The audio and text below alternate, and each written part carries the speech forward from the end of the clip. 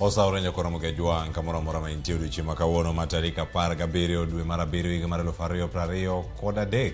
Odiochieng' ma gik mathoth osebedo kata ka timore ahinya gin mago matimore tok ng'anyo mano bag kod kweth mar Azimio kod jogo duto mano wuok mar ywak ne nengo mar ngima mosebedo kanyo ka idho e pacho kae. Sekta mopogore opogore koro sani wuok mano koting'o jotelo kaachiel koda ka jodolo pod medo mana kwayo mondo mi twak obedie kinde Jatend piny Kenya William Ruto kod oga mar Azimio Raila Odinga. Thoth oganda jo Kenya odiochieng' ma kawuono bende nigi paro e weche mag somo nitiere karka weche mag arita nitiere ahinya odiochieng'ni mano mwakelo ni chenro mar Migago weche manyien mabiro ni sani kamoro amora ma intiere wacho mago machiegni kod od chunyi maiye mago bende mwada kolo odiochieng' ma kawuono e weche manyien makoro bende chako mana sani to motelo ne mago magi thuond weche. Oweyo thuolo jadolo Bishop Gilbert Deya mayande itudo gi ketho mag kuo mar nyithindo. Nataka kuelezea Rais Ruto, hii mambo ya kutisha watu haina maana kidogo, hata kidogo. Kama kuna shida tupate suluhu. Gavana Masiaya James Orengo oseo jatend piny Kenya William Ruto kuom buogo jo Kenya machano bago ng'anyo. Wan bende dwaro ni walok pachwa. Nikech pachwa kwa loko to dongo biro bedo. Wawe uru jogo mahero mana siasa. Siasa osedwokwa piny, siasa ber wasegero piny to king'iyo ofukowa to mana ni nono. Riwruok mar joluo e kaunti ma Garissa otimo winjruok mar loso agulu mar siro somo kod jiwo somb joluo manikono.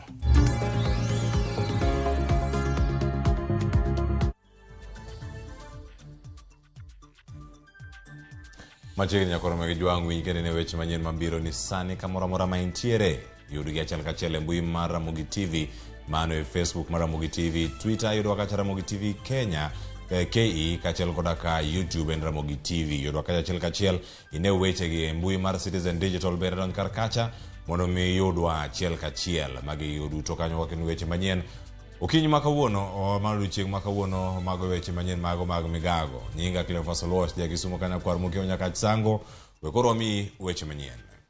Do koro weyo thuolo jadolo mano Bishop Gilbert Deya mayande itudo gi ketho mag kuo mag nyithindo. Do ma Nairobi oyango ni jomin buche ne okopedho neno moromo mano matudo Deya kod ketho go mag kuo mag nyithindo abich. Deya ni tudo gi ketho mar tieng' dibich mago mag kuo mag nyithindo abich ma itudo ni nitiere piny mantiere ikgi ne tin ne igni 14 e kinde higa mar 2024 mano matimore e alwora mar boma ma Nairobi kadak ma Mountain View.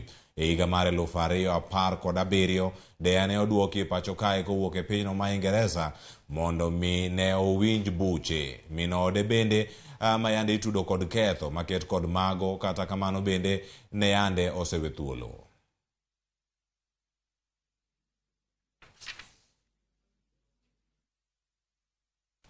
Nyakoro Ramogi Juang kamachielo bende warango weche mag somo kama japuonj kendo jatend sikul mano mag ji giwegi mano ma Mwangaza e boma ma Garissa mano Hussein Hassan Ali ong'adne buch twech mano mar higni 35 gi doho ma Garissa bang' yude gi ketho mar timo tim makoch mar bambo nyathi ma wuowi.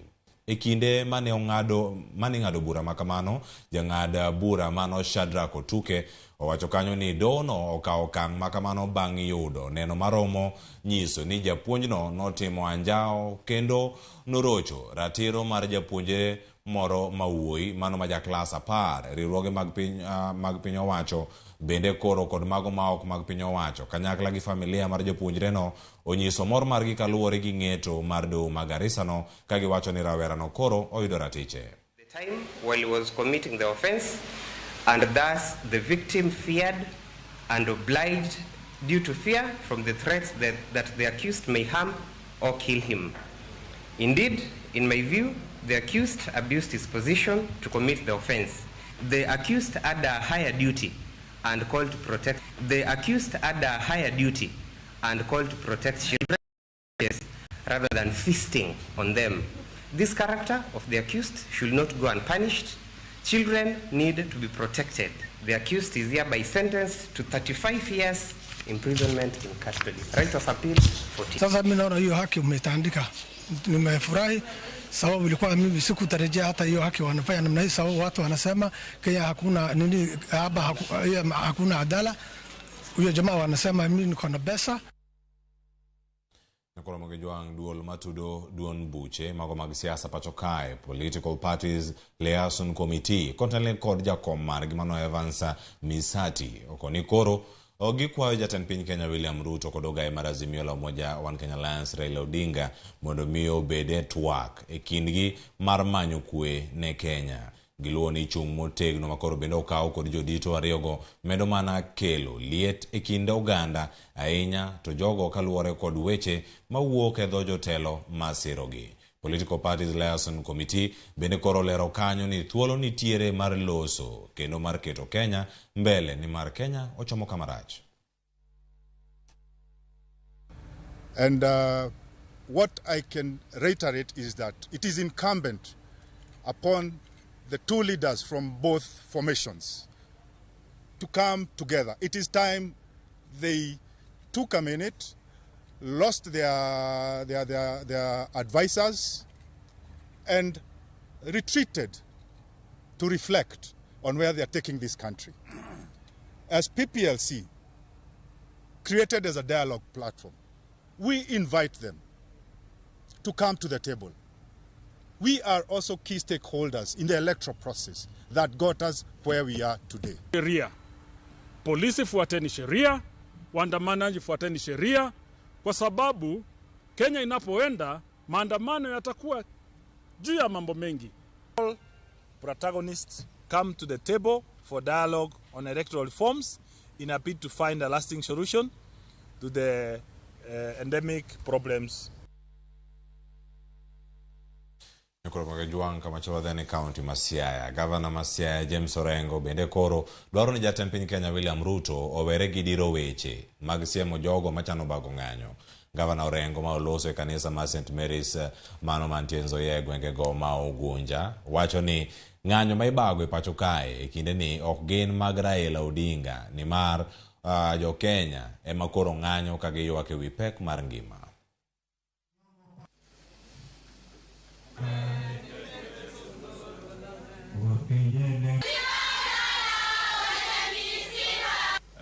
Mheshimiwa Maukwala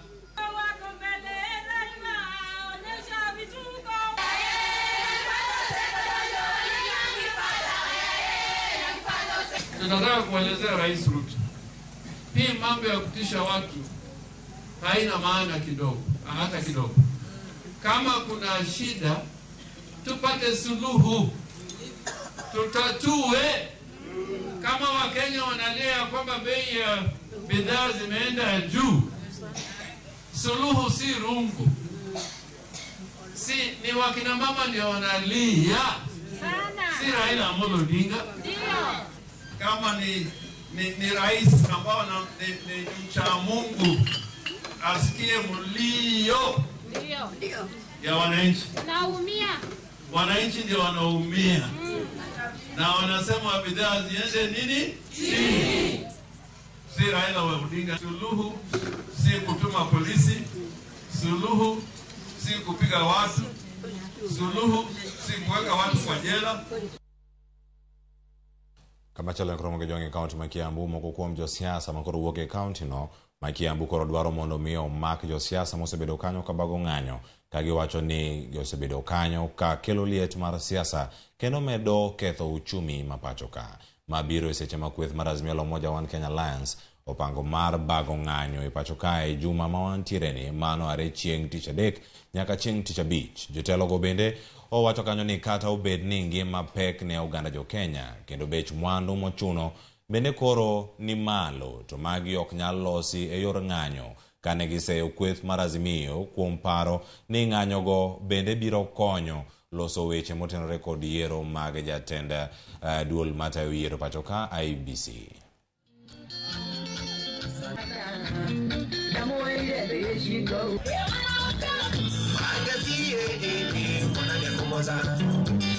And we want to concentrate on the agenda of bringing down the cost of living.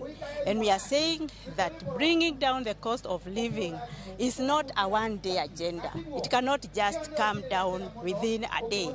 It has to be a strategic process, and it will take some time for its fruits to be seen. So we are asking people to be patient. Haiwezekani Raila Odinga, Martha Karua na wengine wa Azimio wakuwe wanapanga maandamano inaharibu vitu za watu na watu wanakufa, alafu wanaenda nyumbani jioni bila hata kuitwa na serikali, bila kushikwa na polisi na bila kuambiwa waende waandike hata statement. Wanaenda nyumbani na wanaamka kesho.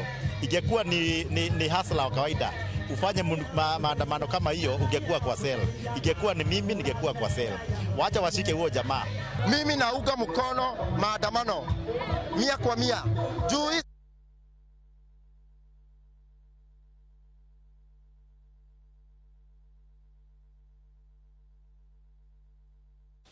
Nyokoro moke juang kawdhi nyime weche mathoth pontiere kar kae kendo koro sano nya ida ne mago motenore koda jodolo makoro bene kwayo twak mondo obed kar kan jadolo mar Catholic mano mabade ma Nairobi Archdiocese Archbishop Philip Anyolo owacho ni jodolo oikore mar bedo jothek mago kendo mar riwo wi jatend piny Kenya William Ruto kod ogai mar Azimio la Umoja Raila Odinga ka olose kanisa ma St Benedict Catholic mantiere kaunti ma Kiambu.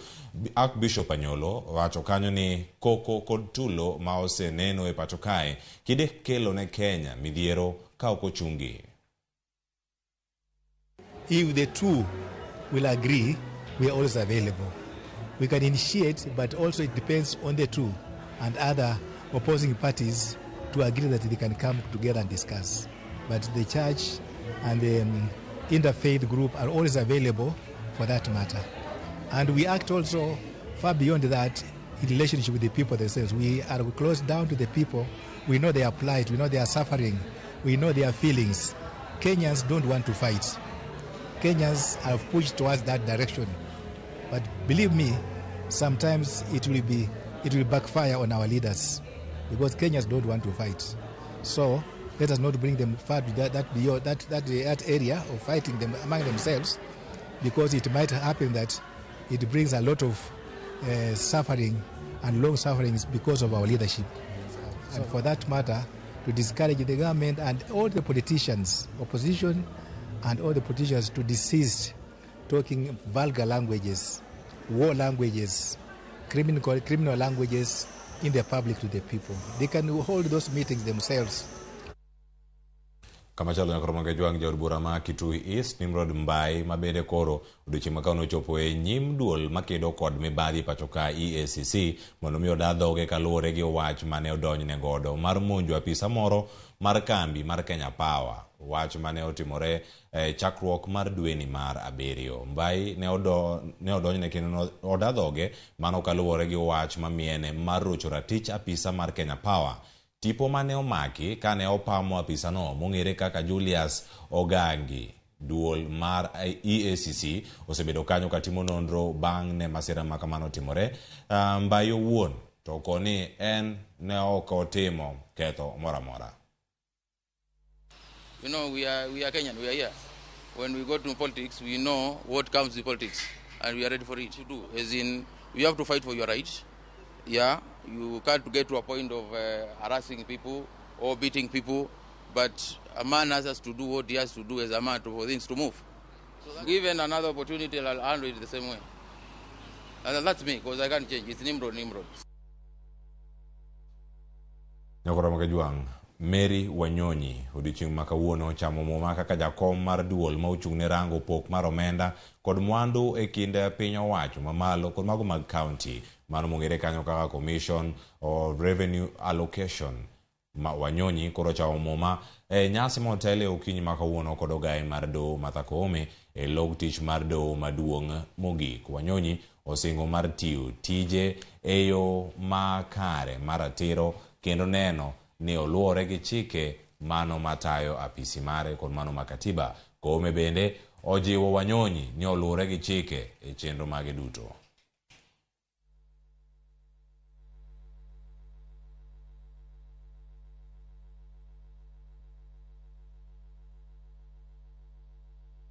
CRA in making recommendation shall seek to define and enhance the revenue sources of the national and county governments.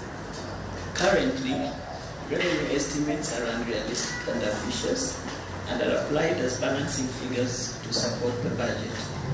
The failure to collect the revenue leads to pending bills at the end of the financial year, and this negatively impacts service delivery at the county level. County-owned source revenue, the OSR, can make a significant impact in improving the livelihoods and welfare of Kenyans. The game changer for the counties will be to automate revenue collection. Through automation, counties can collect beyond their potential. Under my leadership, the Commission will endeavor to guide on the use of an integrated county revenue management system.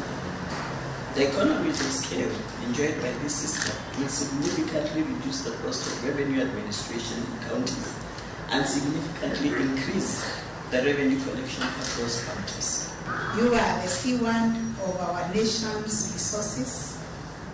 You are going to provide a guiding hand that will ensure that every shilling is fairly and equitably distributed. This responsibility is critical in shaping the course of our nation, in supporting our counties to achieve their development potential, and ensuring the economic and social rights of all our Kenyans are met.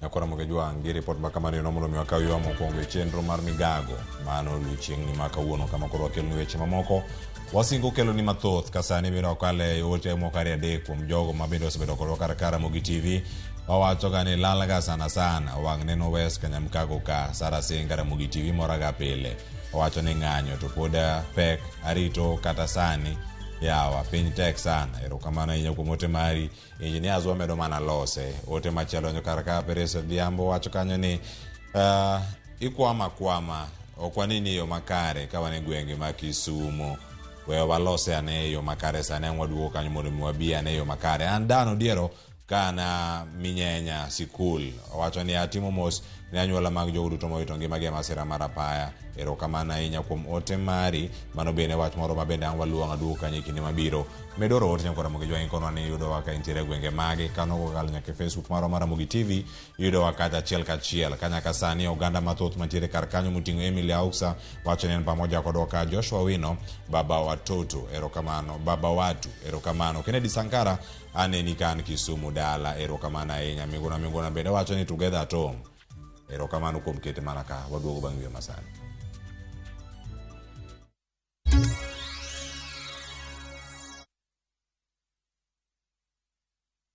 Welcome to Shabekila.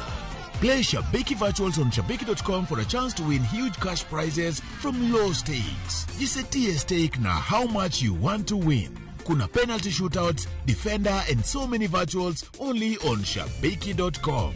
Shabekiland, the easiest virtuals in gaming. Not for persons under the age of 18. Betting can be addictive. Play responsibly. Shabeki.com is authorized and regulated by the BCLB license number 416.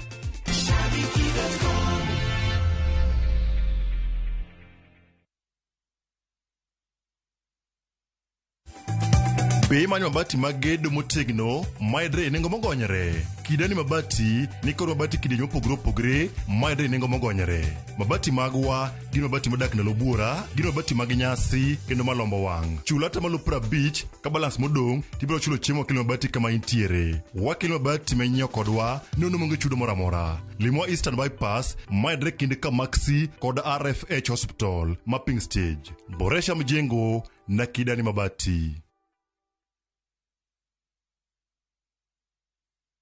Username Investments presents the domain Kisumu along Kisumu Mambo Leo Miwani Tamak Road, starting from 399,000. SMS the word dollar to 20321 or call 0725 000 222.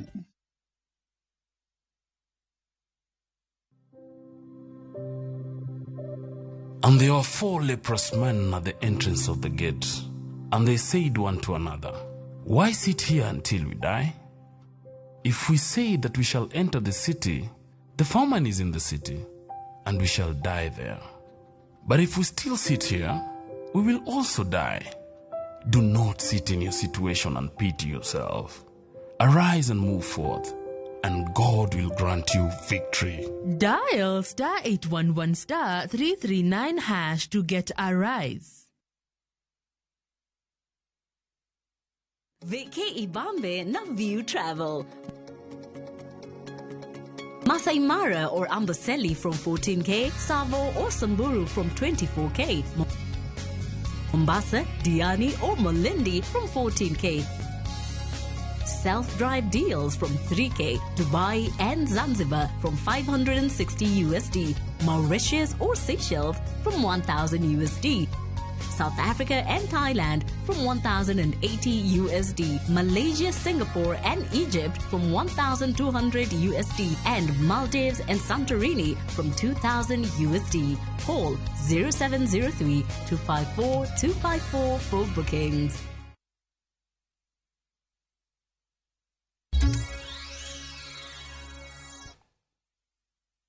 Machiegni nyakoro mage jwang'en mor marwa ni pod intiere kodwa ne wachako weche manyien nyaka sani. Kakoro sani bende wayudo weche mamoko bende ok counties waduto mago man Kaluo, man Buore, Nairobi karka, matimore bende counties male bamba kodwa. Mago bende wakelo ni okinyi makawuono. Koro kik idhi mabor ni mar weche manyien ko koro wantiere ng'iende, koro wantiere karka. Kik idhi mabor kata kik ikaw remote itere kamoro amora. Wadhi nyime. Wadhi ane county ma Migori.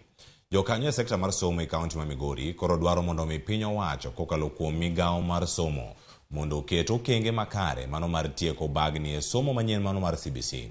Riwruok mar jopuonj mano mar NAT e bade ma Migori wacho ni somo mar CBC pod ok dhi makare e sikunde nikech nok mar jopuonj to ahinya mago mag junior secondary kachiel kod nok mar klese. Jagoro mar NAT mano e bade ma Migori Roslyn Achieng' wacho kanyo ni jopuonjre mag junior secondary thoth e moko kuom sikunde moloyo kwan klese. Wacho wandigi bende wacho ni thoth sikunde mag junior secondary nitiere mana kod jopuonj ariyo. Senator ma Migori Eddie Okech bende owacho ni jonyuol ema koro ting'o ting' mapek mar CBC nikech piny owacho orem keto gigo madwarore mondo chenro mar somo ni ochop kare. Gigo eko monego bed ni itimo kata jopuonj monego bed ni konyo nyithindo e skunde pok olos maber. Koro CBC pod nigi shida mang'eny, dwa ni sirikal mamalo ng'iyane kaka inyalo los wechego eko mag classrooms gi jopuonj ahinya mondo mi wa make sure ni program en program manyalo tiyo makony jowa. Otherwise gi pacha kopo ni sirikal mamalo ok nyalo loso wach mar CBC moriere to ji doga program manongo chon mar 844 embe no tie maber. Kam issue mar program mar CBC onego bed ni dhi mbele, then onego bed ni gimedonwa jopuonj e skunde gi, nikech yudo ka japuonj en ma ja university notimo only 2 languages, mano samoro English literature, then maths, physics. Kuro the rest of these subjects gito ng'ama puonjogi. So en a challenge ne nyithindo, en a challenge ne jopuonj. Riwruok mag joluo mano mayudore kacha e kaunti ma Garissa miluongo ni Nyanam Luo otimo winjruok mano mar loso basari margi kendgi kendo gero sikunde mag ji giwegi mago ne nyithindgi mabiro somoe kendo loso tije thuolo mag tije ne joluo modak e kaunti ma Garissa. Kaka Judith Omondi lero, magi winjruok mano chopie mano bang' romo mano okelo kanyakla joluo matimo mar timo yiero ne telo mar riwruogno magikoni ne ochomo luar nikech yomyom mar telo manirika tiyo kinde mokalo. Ne en romo mane okelo kanyakla onagi ma odakie kaunti ma Garissa. Nyanam Luo en riwruok mar onagi ma osebedo ka oriwo joluo ma odakie kaunti no kuom mahaw higni 45. Nyao mar telo ma osebedie ne okelo kanyakla paro mondo migi timi yiero manyien mar jotelo manyalo konyogi chopo ajenda margi mar dongruok. E yiero mane otim, Morris Tek wuod Nyakach Nyabondo ne oyier kaka jakom, ka jagoro maduong' to ne omi Leonard Ogutu wuod Ndhiwa. Maduong' ma okelo wigi kanyakla en timo solro higa ka higa mar chiwo sir mar somo ne nyithi joluo ma odak Garissa e yor basari. Owuoyo maber kendo wawinjore ni kaka joluo owinjo wabed kamoro achiel mondo wakonyre uru kiwan e weche mag somo. Koro kawuono wawuoyo gi members megwa mawinjore maber, mawacho ni joluo duto te mawuok Nyanza modak Garissa, to dak Wajir, to dak Mandera. Wawinjore gi kamoro achiel ni koa kawuono wadhi bedo kwachoko pesa to watero nyithindwa e skul. Wayiere kaka oganda ni wan duto wabiro bedo kwa golo pesa 1,000 higa ka higa mwabiro golo nego nyithindwa gimiluongo ni bursary fund. Bende gichano gero skul mar gi giwegi mabiro kelo tije ne onagi kendo tiego nyithindgi e yo ma oyweyo. Nyithindwa some private schools mang'eny ahinya ka. Omiyo ne wayiere bende ne wadhi keto mkakati kata chenro piny maler mondo mi ka wachako romo kendo to wachako ng'eyo ni koro wachako dongruok e yo mar gero skul. Wadwa ni wager ki skul ma nyithindwa biro some kendo nyuolwa bende biro yude tich, te i skulno bende wabiro bedo kata gi bas manyalo konyowa tero jowa ma samoro dwa dhi dala, kata ka nyalo chopo ma ji oloro skul wadok e holidays wanyalo tiyo kode kwa transport jowa dala e pesa mayot. Korka skul kiti sani ok wabichandore ni wabasore ne bursary fund. Wadhi form our own bursary, our own schools. Jakom mane oyier Maurice Tek ojiwo tiyo kanyakla kendo jiwo dongruok e kindo nagi. Wan bende dwaro ni walok pachwa, nikech pachwa kwa loko to dongruok biro bedo. Wawe uru jogo mahero mana siasa. Siasa oseduokowa piny, siasa ber, wasegero piny, to king'iyo ofukowa to mana ni nono. Wan itiyo mana kodwa kadasta, ka kinde ochopo to wan mana nono. Omiyo akwayo jopiny ni walokuru pachwa, wachak ng'iyo yore mwanyalo tiegorego, wabiru kanyakla. Judith Omondi, Ramogi TV. Ramogi jwangi ko nyalore ibe kamiti kanyo bedo gi riwruok ma kelo dongruok. Wadhi ne kaunti ma Kakamega. Moko kuom MCAs ma ok kaunti ma Kakamega chano mar chwalo paro mar chik e nyim od bura ma Kakamega mondo mi sirkand kaunti no oketenge omenda mar chiemo ne jopuonjre masomo e sikunde mag nasari. Koloso e kinde mane ochiwo uniforms gi chiemo ne nyithindo mantiere e sikunde mag nasari e ward ma Migago mantiere kar chung' bura ma Lurambi. Modesta Auster, mano ma MCA ma wardno, wacho ni nyithindo mathoth jabedo gi achiedh nade mano mar yudo chiemo Migago kaluwore gi chan. Omiyo sirkand kaunti ma Kakamega owinjo miyo migi ane chenro mano mar sirogi gi chiemo Migago e sikunde mana kaka counties mamoko kaka Nairobi osebedo katimo. Ambazo tunajua kwamba gavana wetu ambaye ni Fernandes Baraza ameweza kutenga katika kila wadi pesa ya maendeleo. Na hii ni pesa ambayo inaenda katika miradi specific. Inaenda kufanya mambo ya maji, mambo ya stima, mambo ya barabara na mambo ya masomo ni kujenga. Lakini sasa hii mambo yenye nimesema mambo ya school feeding program ni mambo ambayo inafaa tupitisha na iwe inafanyika tu kama county government. Unapata kwamba watoto wanahitaji kwenda shule lakini wakati uniform imeraruka wanaona aibu kwenda shuleni. Na pia katika ECD nimepia leta lunch. Nimewaletea mchele. Watoto hawa wana shida sana. Wanatoka nyumbani hawajakula chakula chochote na wakifika hapa hata nguvu ya kuweza kusikiza mwalimu inakuwa hakuna.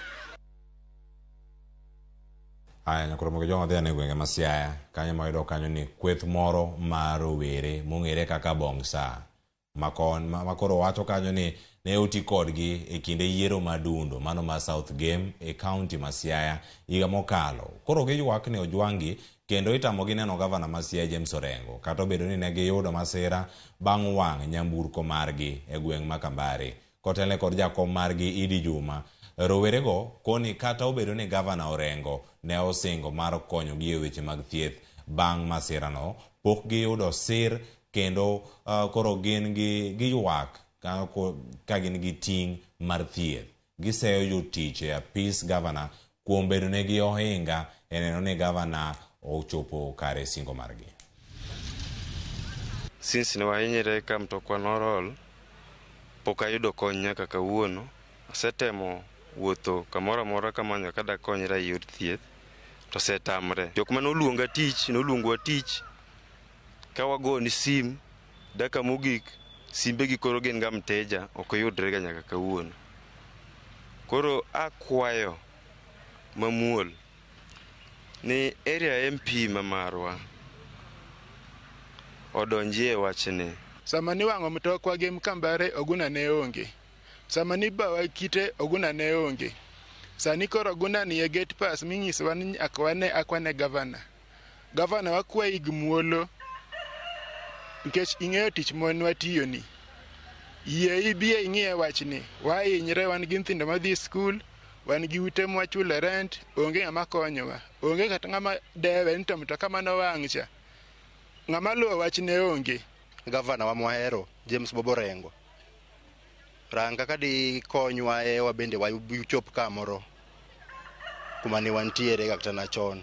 Kech gacha no ema ne konya lakini koro kod sani onge makata sani kaka yuto onge. Koro kenyalo yudna kata na yudna moro manyalo tiyo kodo nyalo bedo maber.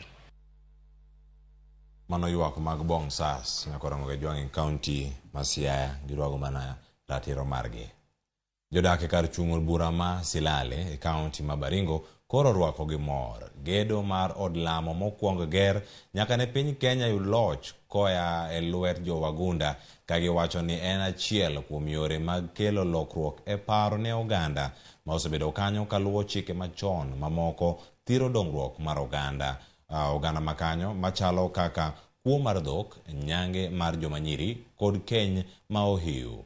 Wachore ni e higa mar 1954 kane jayal wach Nyasaye mano ma jo wagunda nochako kanisano, to kata kamano jodak Masilale mano donjo e kanisano nonegi kendo ne nobwogo oganda kendo ne monogi donjo e kar lamo. Kata kamano gavana mai county mano ma Baringo, Benjamin Cheboy, owacho kanyo ni gin kod dwaro mar kelo lokruok e gwengego kokalo kuom gedo mag kanise kod sikunde kaka yo mar yawo pach jogweng'no. Our first focus was now first of all the change of attitude, and we have seen the change of attitude what it is amounting to. It's amounting to people changing their way of life, and also their livelihood. You have seen women denounce their profession. Now women change from what they used to do. And then after that we do mindset change. Then we give alternative livelihood. Hapo watu walikuwa wameweka majina mbaya ya kusema ati ni kiwanja vita, kiwanja damu, lakini sio hivyo. Ni vile tu walikosa kupata mahitaji ile ya binadamu kama kanisa. Lakini leo ni kama vile Yesu alifufuka. Silale imefufuka. Hii community wamefurahia sana. Hapo mwanzoni walikuwa wamesema ya kwamba hii sehemu ni sehemu za ukora. Unajua mtu alikuwa anafanya tu makosa yake mali popote anatoka na anakimbilia hapa Silale. Kwa sababu hapa ilikuwa imewachwa kwa muda sana. Hakuna maendeleo ilikuwa imefanywa pande hii. Watu tu wanasema tu ni Silale lakini hakuna mtu amewahi fanya maendeleo. Lakini tangu hii kanisa kuingia na tangu hiyo mafunzo kuingia pande hii naona watu wameanza kubadilika. The role of government like ourselves now as Baringo County is to ensure that facilities of education are available. And the more important thing is to bring in adult education, teachers of adult education so that we can reduce the number of people who are illiterate.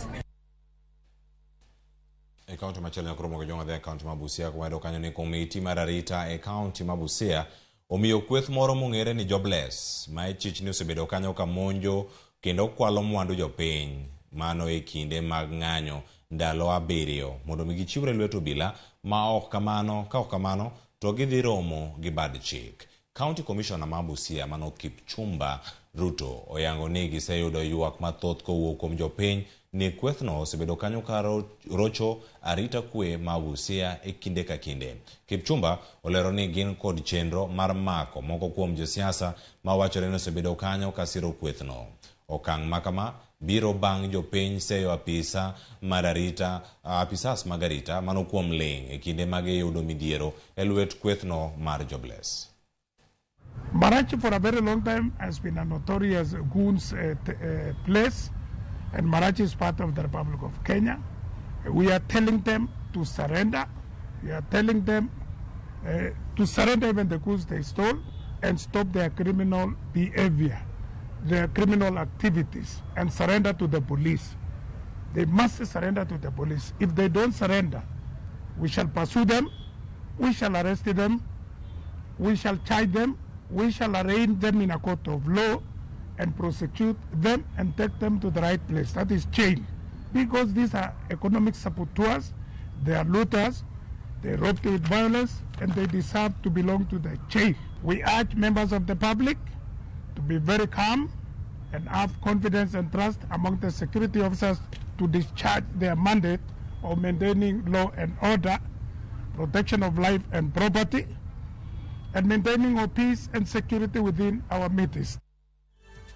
Ramogi jogi ripono kendo waka uyuwa marareyo chendo mar Migago pontiere karkae mana poch gi pak ne jogluto mapodo kiti Ramogi TV Lewis woda wasi boda an kodi ganyo kule wachel kachele chenro mano mar Migago Amos Owino wacho ni live from county 42 eroka mana inya wacho ni wod Murango Mugirango wacho ni Ramogi TV lera inya ukikono wanyigi machielo Mili Modesta wacho ni count mina ni chenro neema toto nyakach eroka mana inya Fredo mwa bende ni kod wakachiel kacho wacho ni bora wasi cancel maandamano maana wach matia kanyo wacho ni waendelee tu wakijitayarisha kuongea na press erokamana inya ndio temo donyo karaka bere wacho ni aneno maler ndi kantire dala ma Migori jopuonj makwa secondary school ni mantire Migori county neni malera inya Mwalimu Nduati Sylvester neno wakani Migori County erokamana enju ponje mane staff room makwa secondary school poch gi pak ka uchamo Migago weche manyien bere dojonu eyo makare waka uyo masani ka waduogo weche manyien podhi nyime kikiri mabor.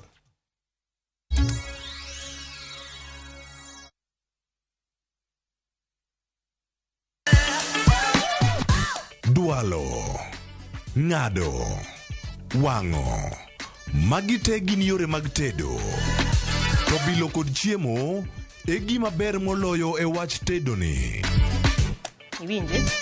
Iwinjo gima winjo kosi winje kendo. Gitedo itime nyaka obed makare gi suya kod ndhadhu mamit. Tedo gi chiemo gi jai lieta tich adek ka tich adek sari okinyi mana e Ramogi TV.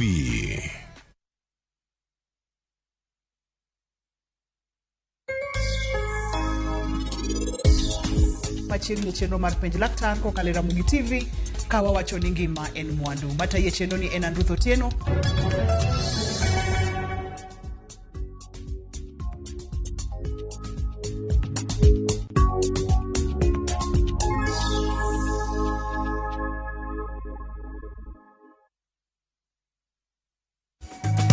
Be manyo mabati magedo motegno maedre nengo mogonyore. Kidani mabati nikoro mabati kidenyo opogore maedre nengo mogonyore. Chulata malo 50 ka balance modong tibiro chulo chiemo kilo mabati kama intiere. Boresha mjengo na Kidani mabati.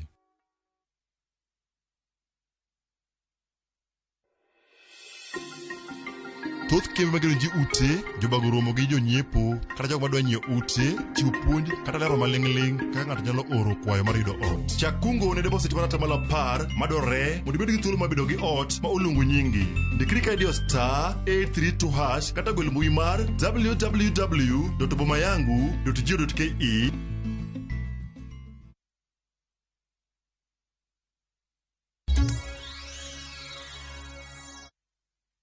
Yokoro monge jong maseduogo yobe osemana rumo kar kanyo waedo kanyo ni jagoro mongirore e migawo mar tudruok pinje Afrika ma ugwe kod dongruok gwenge mano mongoro. Idris Dokota okwayo piny owacho ma counties mondo mi oti kod piny owacho ma malo mano e kunyo pi mano e aluora kata gwenge ma okoni kaka sirkal ma malo gin kod chenro 13 mar pi e pacho ka. Koloso e kine mar yango chenro mar pi e sikund primar mano ma Shiseno mane karo chung'o bura ma Ikolomani e county ma Kakamega. Dokota oluwo ni pigno biro konyo e rito aluora kokalo e siro chenro mag pidho yien. Joten migawo ma ochung'ne weche go mag aluora mago mag nam lolwe olero ni kunyo pi e gwenge bende biro konyo e jiwo weche mag somo kaluwore ni thoth sikunde biro bedo kanyo kod pi machiegni.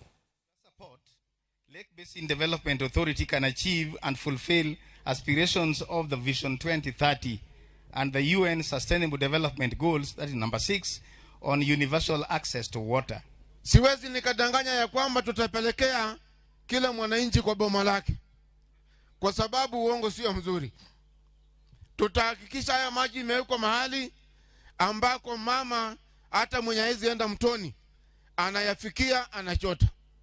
Na yule ambaye ana uwezo unaweza peleka kwa boma yako, nafikiria hatuwezi kukukataza. We are seeking support from the other arm of the government or the other level of the government, that is county government. They should help us with the last mile. Last mile is a key thing. We do these projects. We have provided 2 kiosks here, one for the school and the other one outside. Now, it's upon other partners to help us to actually take this water to the people in this area. Ramogi Juang joke ne ratero mar aluora e county Manandi koro chako chenro mar jiwo joma mine mondo mi omak motegno chenro mar pidho yien kendo rito aluora. Chenro no geto chopo ne nyithindo manyiri e sikunde kod minegi bende mondo mi gibede opara manyime konyo rito aluora. Jatatije mano mar duol mar Neema Daktari Lois Chemonjo bende koro wacho kanyo ni mine ni kod thuolo malach mano mar duoko aluora e wang'e kendo jiwo pith marien. Mambo ya kupanda miti upate pesa inaitwa silviculture. It is a way of business if you can invest in planting trees in your farm or creating a woodlot. And that is not only for men. Even women should be given a portion of land to plant trees, because eventually we will protect our ecosystems, we will protect our watersheds, we will protect our nation. We need to plant trees. And as a way of empowerment, ningependa watu wa mazingira, including myself, tupe miche kwa women groups na watafute women watachunga hii miti itamea kabisa. The learners here are doing their very best. Like if you go just behind the dining hall, they have already raised a nursery bed for planting more trees, so that all our boundaries are also having life fences but full of trees. So I would encourage our students who are learning in this school that the same way they are being nurtured by their parents, it's the same way that they should nurture the environment. And that is what everybody else that has attended today's forum should take home. Let's all conserve and nurture the environment for the future generations.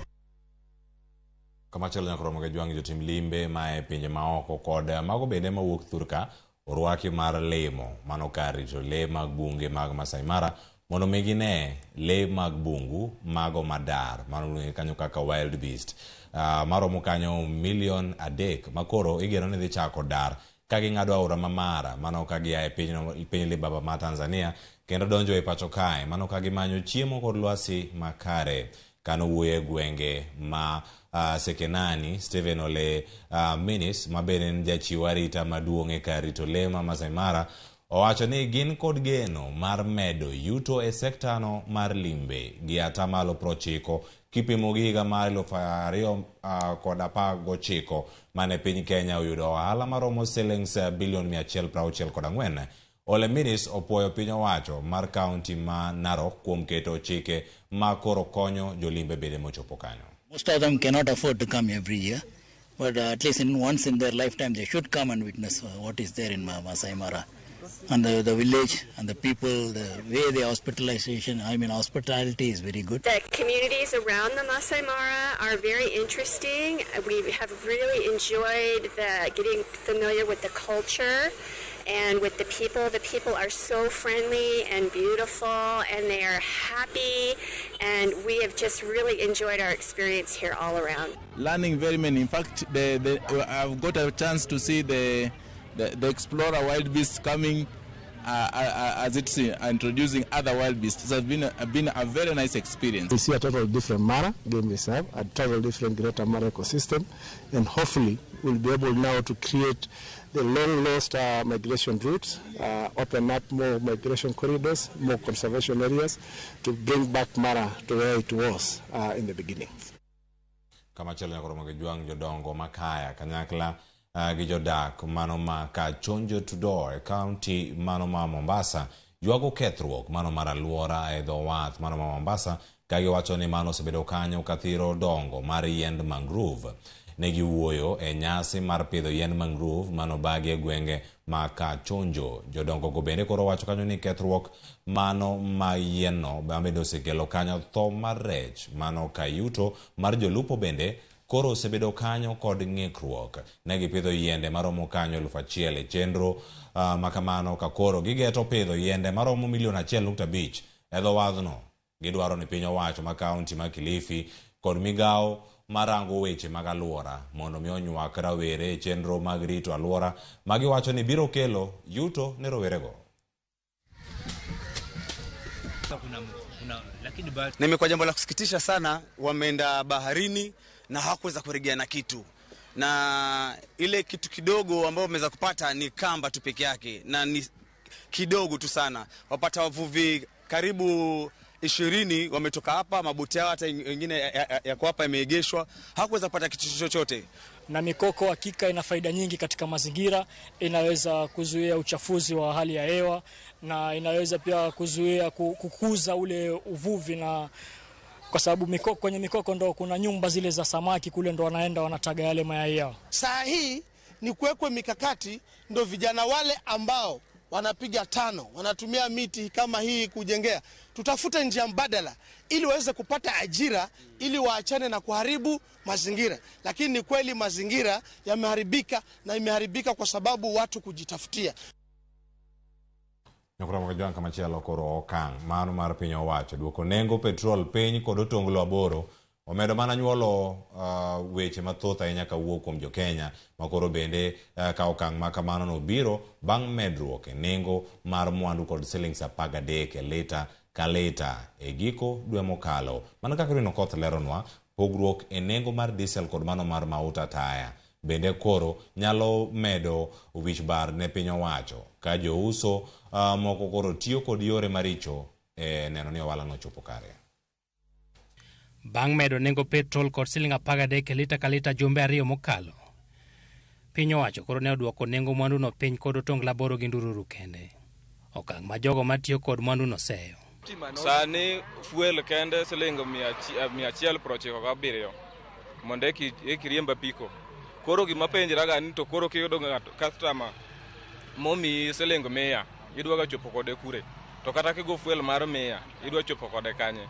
Gima da kwa sirikal ni omanye kako nyalo wuoyo gi jopiny maber to duoke ngima bende piny, nikech dhok magiwuoyo kata gik magiwacho malo kacha kaka wan jopiny wawinjo ok morwa. Jatelo wacha gimobire pache okodeo kata nani jok man piny kuondegi kaka Aslas mane giwacho kaka tinde ni nadi. Kwa sirikandwa maru skano mwa yiero ni ka giyie to gipunguza no giwacho ni gidwa konyo wan kaka wan johala wan Aslas. Wado ni wan makoro sani wainyre kabisa. Iro raka sani kidango sani joma sani travel jitin giome jitin transport oidho ji kaka ji nyalo timre sani onge. Duol matayo nengo modhi nyamburko kod teko stima EPRA ne olando lokruok e nengo no katiyo kod osuru mar VAT e 16%, kata bed ni doho ne ochungo kang' mar medo osuru no. EPRA ne okoloko nengo mar diesel ma pod iuso siling 176 gotongla 6 e lita ka lita, ka mauta mar taya to ne oduok piny kod siling 3 gotongla 6. Kane pok olok nengo no, pogruok e kind nengo mar diesel lita 1 kod mauta mar taya ne en siling 6 gotongla 3. E nengo masani, pogruok ma kamano en siling 10. Kanyo bende nitiere wach. E thuolo mar jumbe 2 mosekalo, EPRA osegoyo fwai kata loro kuonde 18 ma iuse mauta, ka itudo gi kod uso diesel kata petrol monywand kod mauta mar taya. 13 kuomgi ne olor, ka 5 ne ogolo fwai. Njoro no ema ne omiyo piny owacho medo siling 18 e lita ka lita mar mauta mar taya higni 5 mokalo, mondo pogruok e kind nengo mauta kod diesel obed malach. Medruok e nengo mag modhigo osekelo medruok e nengo mag wuoth e kind mwandu mamoko, kama bende bura manochwal e nyim doho mane dwaro ni jata tije mar EPRA omaki kuom medo nengo e tok chik pok owinji. Edwin Okoth, Ramogi TV, Nairobi.